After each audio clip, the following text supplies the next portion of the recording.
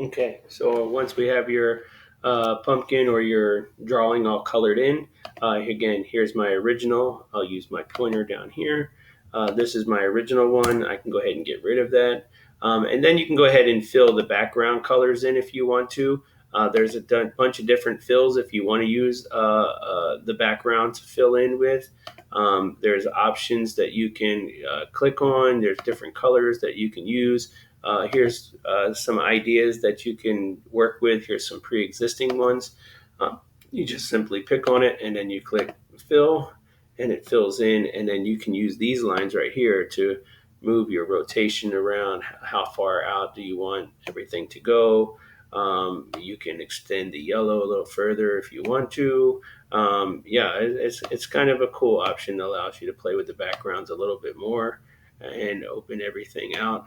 I think it's fun to see what you can do with the backgrounds. Anyway, so once you're all finished, here's your save button down here. I recommend when you save it, you can save it as a JPEG or a PNG, or you can even save it as a PDF if you want to. It's up to you how you save things. I usually save things as a JPEG, and that way you can use it as a picture later. So once I click save as a JPEG, you can see here it is over here on my download manager. And then I have that. So that is what I can turn in as my assignment, is the JPEG drawing of it all. Whenever you exit off, just so you know, and then let's say I want to log back in, I just use the app. Here's my little shortcut over here. I can automatically load it up and it should come right back to where I left off. And it'll show you all of the steps that it went through to fill the whole pumpkin in with different colors. And I only use two shades of green. I mean, two shades of orange, one darker and one slightly lighter. And then it fills in the whole pumpkin and it shows you the finished product. Okay. So again, when you're working on things, make sure that you save them. But remember, if you save it as a JPEG, that I can't edit the JPEG. Never save it as if you're not finished, you shouldn't save it at all. The next time you open up your Chromebook, because you're not sharing a Chromebook with anyone or not using a different device, it should always be there for you. Okay.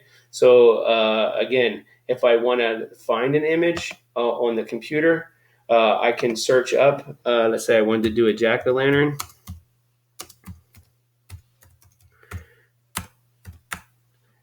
If I can find an image of a jack-o'-lantern I can then go ahead and say, okay, I'm going to say I want to do this jack-o'-lantern right here.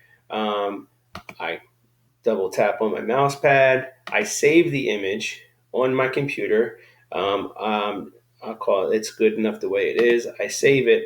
And now when I go to my Sketchpad and I want to add a new one, then I can go again, screen size is correct. I say blank, I create it.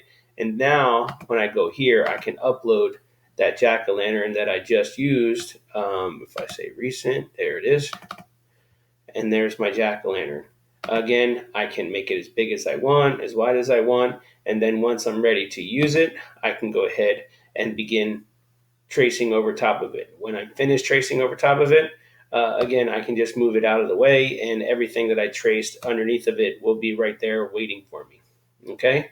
All right, have fun with this program, and I look forward to seeing the art that you can create.